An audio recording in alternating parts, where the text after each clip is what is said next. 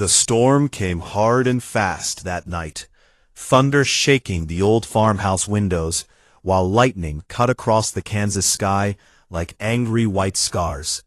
And Marcus Cole sat alone at his kitchen table, drinking coffee that had gone cold hours ago, thinking about his wife, who had been gone for 3 years now, wondering if the emptiness in this house would ever feel less heavy.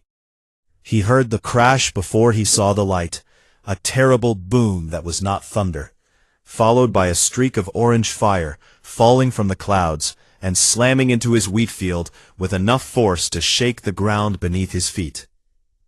And Marcus grabbed his flashlight and his jacket and ran out into the rain without thinking, because that was just the kind of man he was. The wheat stalks were flattened in a wide circle around the thing that had fallen, and Marcus stopped at the edge of the destruction, with rain pouring down his face, staring at something that looked like a giant metal seed pod, smoke rising from its cracked surface, strange symbols glowing faint blue along its sides. And he knew right then that his life was about to change forever. He approached slowly with his flashlight raised, his heart pounding so hard he could feel it in his throat. And when he reached the pod, he saw that a section of it had split open like a wound, revealing darkness inside. And from that darkness came a sound that made him freeze in place. It was a whimper, high and scared, and unmistakably the sound of a child. Marcus dropped to his knees in the mud and pointed his flashlight into the opening, and what he saw made him forget about the rain and the thunder and everything else in the world, because huddled in the corner of that broken vessel was a creature unlike anything he had ever seen, a female with skin that glowed faint purple with fear, large dark eyes that reflected his light like mirrors, and in her arms she clutched 3 small children who were shaking and crying, clinging to her with tiny hands. The alien mother made a sound like a hiss mixed with a sob, and pressed herself deeper into the corner, shielding her babies with her thin body. And Marcus could see that she was terrified of him, that she expected him to hurt her, and something in his chest broke at the sight of it. He did not speak because he knew she would not understand his words, but he remembered something his grandmother had told him long ago about how scared animals will bite if you reach for them, but will sometimes come to you if you just sit still and wait. So Marcus turned off his flashlight and set it on the ground, then sat down in the mud with the rain soaking through his clothes, and he waited. The alien watched him with those huge dark eyes, her skin flickering between purple and a darker shade that might have been confusion. And her children continued to cry, small wailing sounds that cut through the storm. And still Marcus did not move, did not speak, just sat there, being as unthreatening as a large human man could possibly be. Minutes passed, maybe 5, maybe 15. And then one of the children began to cry louder than before, a desperate sound full of cold and fear. And Marcus saw the little one shivering so hard that his whole body shook. And without thinking, he took off his jacket and held it out toward the alien mother, offering it to her with slow, careful movements. She stared at the jacket like it might be a trap, then looked at Marcus, then at her shivering son, and finally she reached out with a trembling hand and took it from him, wrapping it around the crying child with movements so gentle and loving that Marcus felt tears sting his eyes, because he recognized that love. He had seen it in his own mother, in his wife, when she talked about the children they never got to have. The alien said something in a language that sounded like wind chimes and flowing water. And though Marcus could not understand the words, he understood the meaning, and he nodded slowly and pointed toward his farmhouse, where warm light glowed in the windows. Getting them inside was slow and difficult, because the mother could barely walk, her leg injured in the crash, and the children were too weak and scared to move on their own. So Marcus ended up carrying 2 of them, while the third clung to her mother, and he moved carefully through the mud and rain, shielding them from the wind with his body. And the alien watched him the whole time, with an expression he could not read. He gave them his bedroom, the one he had shared with his wife, the one he had not slept in since she died. And he found clean towels and blankets and a first aid kit. And he tried to show the mother how to use the bandages for her leg, and she watched him, with those dark eyes that seemed to see right through him. The children were so small, 2 girls and a boy if he was reading their features right, and their skin glowed with soft colors that shifted like mood rings, pale blue when they were calm, purple when they were scared, and they huddled together on the bed while their mother tended to her injury with shaking hands. Marcus brought them food, simple things like bread and fruit and cheese, not knowing what aliens could eat, and he set it on a table near the bed and backed away slowly. And the smallest child, the boy, reached for an apple with desperate hunger before his mother could stop him, taking a bite and chewing with an expression of pure relief. When he was sure they had everything they needed, Marcus went to the front porch and sat down in his old rocking chair, positioning himself between the door and the dark world outside. And he stayed there all night, with the rain falling around him and the cold seeping into his bones, guarding strangers he could not even speak to, because it was the right thing to do. Inside the house, the alien mother, whose name was Siraeth in her own language, watched him through the window. This strange, soft creature, who had found her broken and bleeding and afraid, who had not grabbed or shouted or threatened, who had simply sat in the mud and offered his coat to a shivering child, who now sat in the cold and dark, protecting her family like they were his own. Her people had taught her that humans were dangerous, that they were violent primitives who solved every problem with their fists, that they could not be trusted. But none of those teachings had mentioned this. None of them had prepared her for a being who would give up his warm bed for strangers and sleep in the cold to keep them safe. She looked at her children finally sleeping peacefully for the first time in weeks, wrapped in soft blankets that smelled like flowers. And she looked at the human on the porch with rain dripping from his hair, and she felt something shift inside her chest. Something that might have been the first tiny seed of hope she had felt since her world fell apart. Siraeth did not know what tomorrow would bring, did not know if she could trust this creature, did not know if she and her children would survive. But for the first time since the slavers had come and destroyed everything she loved, she felt something other than fear, and she held on to that feeling like a lifeline as she finally closed her eyes and let herself rest. 2 weeks had passed since the night of the crash, and the farmhouse that had been so quiet and empty for 3 years was now filled with sounds that made Marcus smile every time he heard them. The patter of small feet running down hallways, the musical laughter of children discovering new things, the soft humming of a mother who was starting to feel safe. Marcus had sold his best tractor to buy a translation device, a small machine that turned his words into sounds Siraeth could understand, and her words into English he could hear. And though it was not perfect, and sometimes made mistakes that left them both confused, it was enough. It was a bridge between 2 worlds that had never been meant to meet. She told him her story on a quiet evening while the children slept, her voice soft and sad, as she described the colony ship that had been her home, the peaceful journey through space that had turned into a nightmare when the slavers came, the Kreth with their scaled skin, and cruel eyes who captured her people like animals, and the moment when her mate had pushed her and the children into an escape pod and sealed the door before she could stop him.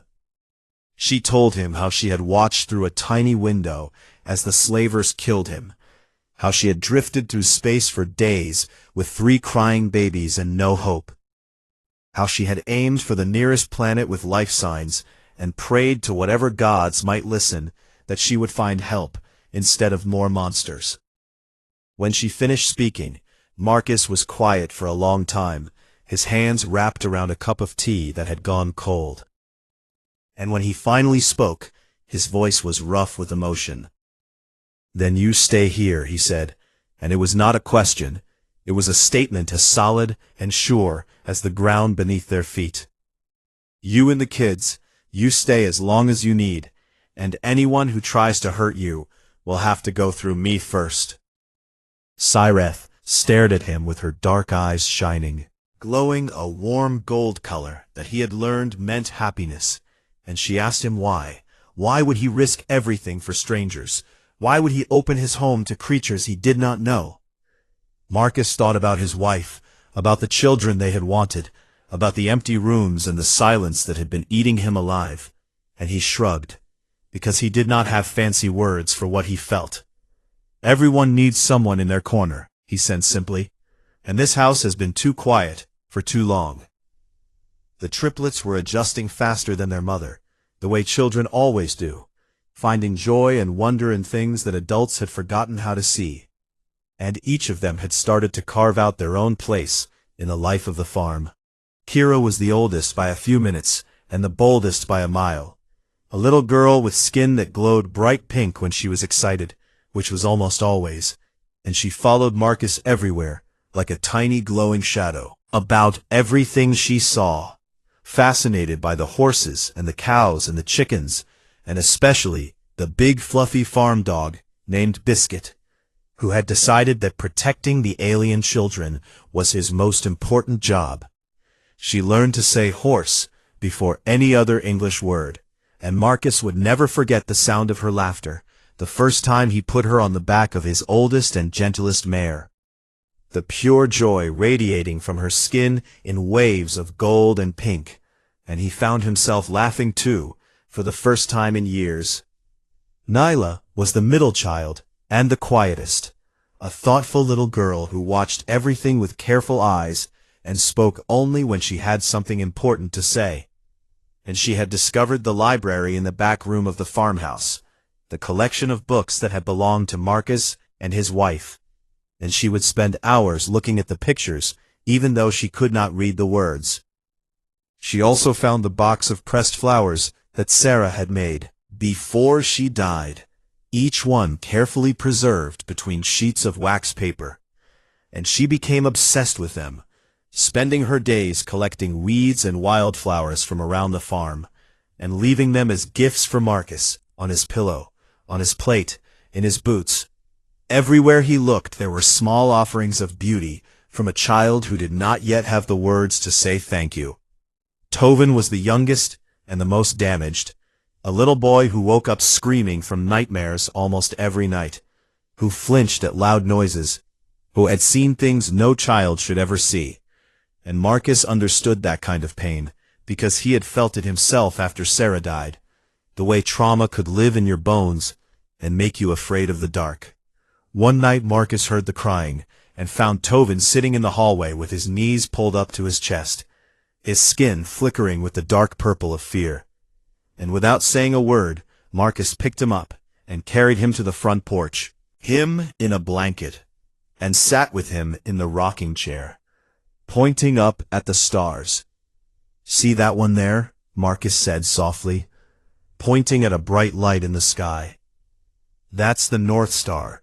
It has been guiding lost travelers home for thousands of years, and it will always be there, no matter how dark the night gets." Tovin did not understand all the words, but he understood the warmth of the arms around him, and the steady beat of the heart beneath his ear. And he fell asleep while Marcus told him stories about constellations, and from that night on, he refused to go to bed unless Marcus tucked him in. Siraeth watched all of this with wonder and confusion, because in her culture, males had little to do with raising children. It was considered women's work. And yet here was this human man singing lullabies he could barely pronounce, braiding hair with clumsy fingers, reading picture books in silly voices, doing everything he could to make 3 small aliens feel. She asked him about it one evening, why he was so involved, why he cared so much, and he looked at her like she had asked why the sky was blue. Kids need someone in their corner, he said again, and she was starting to understand that this was not just words for him, it was a truth that lived in his soul. A week later, Cyrus managed to contact a Valorian refugee network. Other survivors who had escaped the slavers and found safety in distant parts of the galaxy, and they offered her sanctuary on a station far from Earth, a place where she could be among her own kind, where her children could grow up surrounded by their own culture. But when she mentioned where she was, when she told them she was on Earth living with a human, the voice on the other end went cold and sharp. "Leave immediately," they said. "Humans are unpredictable and violent. You cannot trust them with your children. Come to us now before something terrible happens." Cyrus looked through the window at the yard where Marcus was teaching Kira how to brush a horse, where Nyla was showing him her latest flower collection, where Tovin sat in his lap playing with Biscuit the dog, and she saw her children smiling, really truly smiling, for the first time since their father died. She turned off the communication device without saying goodbye. The Valorians did not understand, could not understand, what she had found on this strange primitive planet.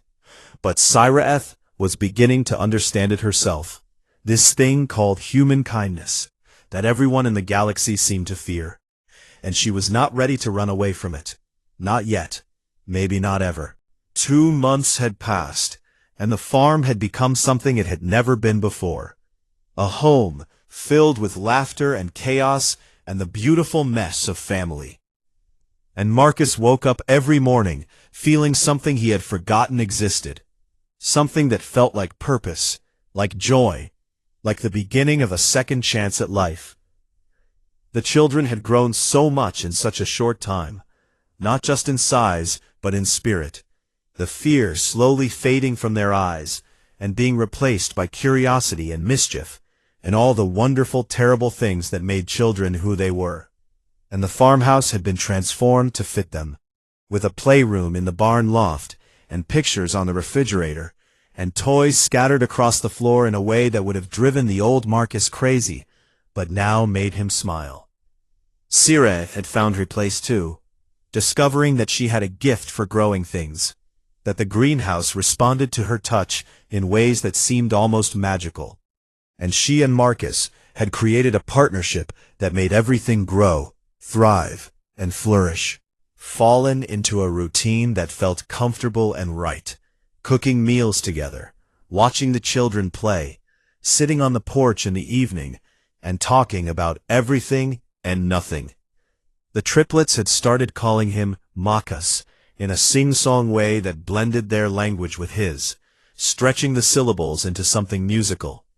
And he never corrected them, because secretly he loved it, loved the way it sounded, loved what it meant.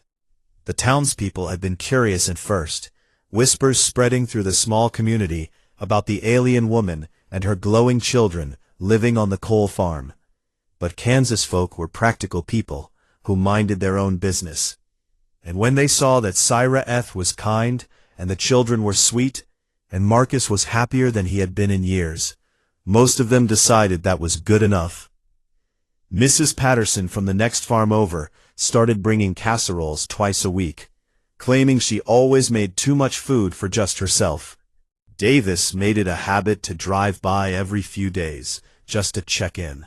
And old Mr. Henderson at the general store started keeping a jar of candy on the counter, specifically for those pretty glowing kids, even though he pretended to be grumpy about it.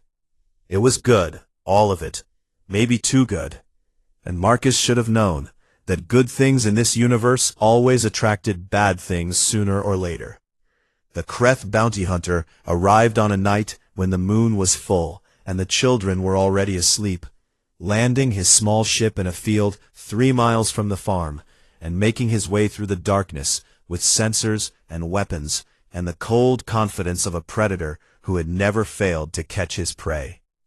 His name was Vorak, and he had been hunting escaped slaves for 20 years, building a reputation as someone who always delivered, someone who never gave up, someone who enjoyed his work, perhaps a little too much. and when his employers had told him that a Valorian female and 3 valuable children had escaped to a primitive planet called Earth, he had laughed at how easy this job would be. He scouted the farm for 3 days, watching from a distance, learning the routines, studying the human male who seemed to be protecting the targets. And what he saw confused him because the human was nothing special. Just a soft, weak creature with no claws and no armor and no weapons worth mentioning. On the 4th day, Vorak decided he had waited long enough and approached the farm at dusk, walking openly up the dirt road because he saw no reason to hide from creatures so far beneath him. He found the human sitting on the front porch with a primitive projectile weapon across his lap. Marcus had known something was wrong for days, a feeling in his gut that he had learned to trust, and when he saw the alien walking toward his home, 7 feet tall with scales and teeth and eyes that held nothing but cruelty, he felt fear flood through his body. Ice water. But he did not run. He stood up slowly with the shotgun in his hands, and positioned himself between the Kreth and the door, between this monster and the family sleeping inside, and his voice was steady, even though his hands wanted to shake. "That's close enough," Marcus said. "You're not welcome here." Vorak stopped about 20 feet away and looked at the human with amusement, at the tiny weapon he held, at the soft skin and the fragile body, and he made a sound that might have been laughter. "Give me the Valorians," Vorak said through his translator, his voice like gravel scraping against metal. "Give them to me, and you can live. Refuse and I will take them anyway, and leave your corpse for the animals." Marcus felt his heart pounding so hard he thought it might break through his chest, felt sweat running down his back, felt every instinct screaming at him to run, to hide, to survive. But he thought about Kira, who laughed like music when she rode the horses, about Nyla, who left him flowers every day, about Tovin, who could not sleep without a good-night hug, about Syraeth, who had started to smile again after so much pain. He raised the shotgun and pointed it at the Kreth, knowing it probably would not do much good against that armor, knowing he was outmatched in every possible way, and he spoke words that came from somewhere deep inside him. "You don't get past me," Marcus said. "Not while I'm breathing." Vorak tilted his head, curious now, because the human's voice was steady, but his body was showing all the signs of terror, the elevated heart rate, the stress hormones, the trembling that he was trying so hard to hide, and yet he was not running, was not begging, was not doing any of the things that prey normally did. The Kreth decided to test this strange creature, and raised his weapon, firing a shot that grazed the human's shoulder, burning through cloth and skin, and leaving a wound that immediately began to bleed, and he watched to see what the human would do. Marcus felt the pain explode through his arm, felt blood running down to his elbow, felt his vision blur for just a second. But he did not move, did not lower his weapon, did not take his eyes off the monster in front of him, and he racked another shell, with hands that were slippery with his own blood. "I said," Marcus repeated, his voice rough with pain, but still steady, still sure, "not while I'm breathing." Vorak stared at the human for a long moment, his mind trying to process what he was seeing, because this made no sense. This went against everything he knew about prey species, about survival instincts, about the way the universe worked. He had hunted 100 different species across a dozen different worlds, and he had never seen anything like this. Never seen prey stand its ground against impossible odds. Never seen terror and courage exist in the same creature at the same time. Took a step back, not from fear of the weapon, but from something else. Something he could not name. Something that felt uncomfortable and wrong. "This is not over," Vorak said finally. "I will return with others, and we will take what belongs to us, and you will die screaming." He turned and walked back into the darkness, his mind already planning, already calculating, already calling for reinforcements, because clearly this job was going to be more complicated than he had expected.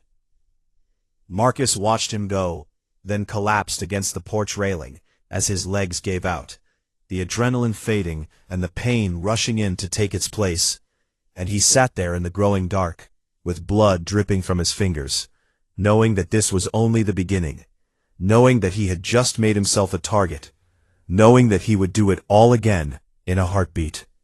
Inside the house, Siraeth had watched the whole thing through the window, with her hand over her mouth. Human bleed for her family. Had seen him stand against a monster that should have made him run. And she understood now, finally and completely, what the galaxy had gotten so wrong about humans. They were not dangerous because they were violent. They were dangerous because they would die for the ones they loved. The night after Vorak left, Marcus did not sleep. Instead, he sat at his kitchen table with maps spread out in front of him, planning, thinking, preparing for a war he knew was coming. And when the sun rose, he picked up his phone and started making calls. By noon, the news had spread through the county like wildfire, passed from neighbor to neighbor, from farm to farm. The story of the alien family and the bounty hunters and the man who had bled on his own porch rather than give up the people he was protecting. And the response was something that Vorak could never have predicted. Sheriff Davis arrived first, with 2 deputies and enough ammunition to start a small war, saying that protecting folks was his job, and he was not about to let some overgrown lizard tell him different. And right behind him came the Patterson brothers, with their hunting rifles and their father's old army gear. Then came the Hendersons and the Williamses, and the Chens and the Kowalskis, and shopkeepers and teachers and mechanics.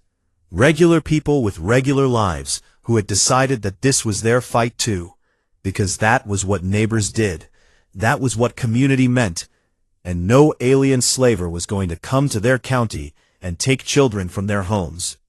By sunset, there were 32 people gathered at the coal farm, checking weapons and digging positions and turning the peaceful farmhouse into a fortress. And Marcus stood on his porch, looking at them with tears in his eyes, because he had forgotten what this felt like, this human need to stand together against the darkness. Siraeth watched the humans work with something like awe. These strange creatures who barely knew her, who had no reason to risk their lives, who were preparing to fight and maybe die for a family that was not even their own species. And she asked Mrs. Patterson why. Why would they do this? The old woman looked at her with kind eyes and patted her hand, gently. "Honey," Mrs. Patterson said, "when someone comes for the kids, you don't ask questions about who their parents are. You just load your gun and point it at the door. That's how we do things around here." Vorak returned 3 days later with reinforcements, 3 more Kreth hunters who had laughed when he told them about the human who would not run, who expected this to be easy work, good pay for minimal effort, just some primitives who needed to be taught their place in the galaxy. They landed their ships in the same field, and marched toward the farm in broad daylight. 4 massive scaled warriors with advanced weapons and armor that could stop most projectiles, confident in their superiority, certain of their victory. What they found was not what they expected. The farm was surrounded by vehicles and barriers, by humans crouched in defensive positions, by the glint of rifle scopes in the morning sun, and at the center of it all stood Marcus, with his arm bandaged, and his shotgun ready, and his eyes holding something that made even Vorak hesitate. "This is your one warning," Marcus called out, his voice carrying across the field. "Turn around and leave, and nobody has to get hurt today." The Kreth exchanged looks of disbelief and amusement, because surely this was a joke. Surely these soft creatures did not think they could stand against professional hunters. And Vorak stepped forward with contempt dripping from his voice. "You are defending aliens who mean nothing to you," he said. "Slaves who belong to powerful people. Why would you die for them?" Marcus thought about that question, really thought about it, and then he smiled, which was not the reaction Vorak had expected. "Because that's what humans do," Marcus said simply. "We pick our family, and then we fight for them. It doesn't matter where they come from, or what they look like. Once they're ours forever. Kreth, firing first. Confident energy blasts that should have scattered the humans like frightened animals. But instead of running, the humans returned fire with a coordination that spoke of hunting together, of fighting together, of generations of protecting what was theirs. The Kreth armor held against most of the bullets, but the humans were not trying to kill them with firepower alone. They were trying to slow them down, to frustrate them, to make them make mistakes. And Marcus had spent 2 days planning exactly how to use the land against invaders who did not know it. Irrigation ditches collapsed under the Kreth's feet, sending them stumbling into hidden pits. Grain silos provided cover for humans who popped up to fire and then disappeared. Tractors rigged with remote controls served as moving barriers that blocked lines of fire and created chaos. And every time the Kreth adapted to one trick, the humans had another one ready. Stronger and better armed, and their armor made them nearly invincible. But the humans were clever and stubborn, and absolutely unwilling to give up. And slowly, impossibly, the tide began to turn. 2 of the Kreth fell into traps that held them long enough for the humans to disable their weapons, and a third took so many hits to his armor that it began to malfunction. And Vorak found himself alone and furious, charging toward the farmhouse with murder in his eyes, because if he could not have the slaves, he would at least have his revenge. He broke through a window and found himself in a hallway, face to face with Syrath, who stood between him and the room where her children were hidden, her thin body trembling, her skin flickering with terror, but her stance firm, her arms spread wide to block the door. She had never hurt another living being in her entire life. Her people were pacifists who believed in peace above all things. But in that moment, she understood something new about herself. She understood that she would kill if she had to, that she would do anything to protect her babies. Vorak raised his weapon with a cruel smile, ready to end this foolish resistance.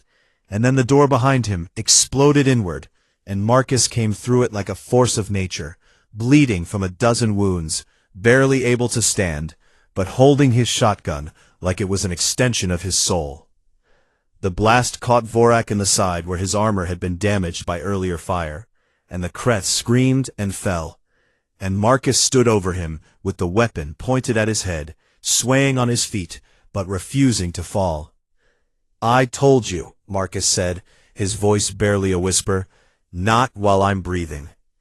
Outside, the sound of engines filled the air as Earth's planetary defense ships arrived, drawn by the conflict that had been detected by orbital sensors, and the remaining Kreth fled rather than face official human military forces, leaving their wounded leader. Behind, the battle was over. Marcus felt his legs give out, and he collapsed to the floor, his body finally surrendering to all the damage it had taken. And the last thing he saw before darkness took him was 3 small glowing faces appearing in the doorway, 3 children running toward him with fear in their eyes. The last thing he heard was Tovan's voice, clear and desperate, and speaking the first complete English sentence he had ever said. "Daddy," the little boy cried, "Daddy, please wake up." And somewhere in the darkness, Marcus smiled, because that word, that one small word, was worth everything he had given, worth every drop of blood, worth any price the universe could demand. 6 months had passed since the battle, and the scars were healing, both the ones on Marcus's body and the ones that had lived in his heart for so long.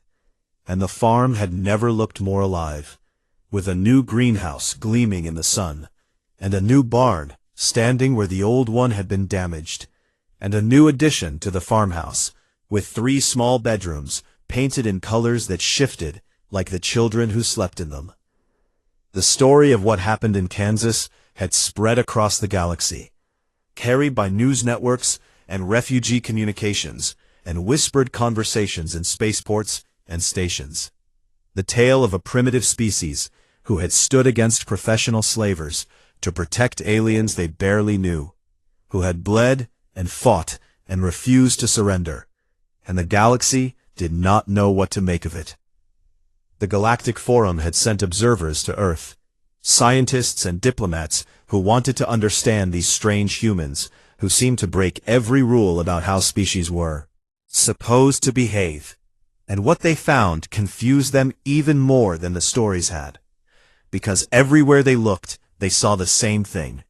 Humans forming bonds with creatures they had no biological reason to care about. Humans risking everything for strangers. Humans loving with a fierceness that seemed almost dangerous. On a warm morning in late spring, a Valorian diplomatic vessel landed in the field where Cyreth's escape pod had crashed so long ago. And from it emerged a delegation dressed in formal robes, come to offer the survivor and her children a place among their own people, a chance to leave this primitive world and return to civilization. Marcus watched them approach from the porch, where he had sat on so many nights protecting his family, his hand resting on the head of Biscuit the dog, his heart heavy with the fear he had been carrying for months, the fear that one day Cyreth would realize she deserved better than a broken farmer on a backwater. The lead diplomat was a tall Valorian female with skin that glowed silver with authority, and she spoke to Cyreth in their flowing musical language, while Marcus stood nearby, unable to understand the words, but reading the meaning in their postures, in their gestures, in the way the children pressed closer to his legs with every minute that passed. Finally, the diplomat turned to Marcus and activated her translator, her voice formal and cold. "We have come to bring Cyreth and the children to proper sanctuary," she said. "A place where they can be among their own kind, where they can heal from their trauma, where the children can learn their own culture and language. Surely you understand that this is what is best for them." Marcus felt his throat tighten, felt the words he wanted to say get stuck somewhere between his heart and his mouth, and he looked at Cyreth with all the love and fear and hope he had been hiding for months. "It's your choice," he said quietly. "It's always been your choice. I just want you to be happy, whatever that means." The diplomat made a sound of impatience and extended her hand toward Kira, expecting the child to come to her, to recognize her own kind, to choose the familiar over the strange. But Kira did not move toward the Valorian. Instead, she ran to Marcus and wrapped herself around his leg with all the strength in her small body, her skin glowing, fierce protective gold, and she looked up at the diplomat with defiance in her dark eyes. "No," Kira said clearly in English. "This is my home. This is my daddy. I am not leaving." Nyla stepped forward next, moving with the quiet grace she had developed over months of exploring the farm, and she held up a piece of paper for the diplomat to see, a drawing she had made with crayons and love, showing the farmhouse with 5 figures standing in front of it, 4 with glowing skin and 1 without, and written at the bottom in careful, childish letters was a single word: family. The diplomat stared at the drawing with confusion, not understanding what she was seeing, not understanding how these children could choose a human over their own people, and she turned to Tovan, the youngest. Surely he at least would see reason. But Tovan simply walked to Marcus and took his hand, interlacing his small glowing fingers with the large calloused ones that had carried him through nightmares, that had pointed out stars in the darkness, that had never once let him down.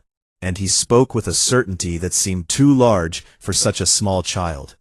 "My daddy," Tovan said, and it was not a question, it was a declaration, a truth that no diplomat or distance or difference could ever change.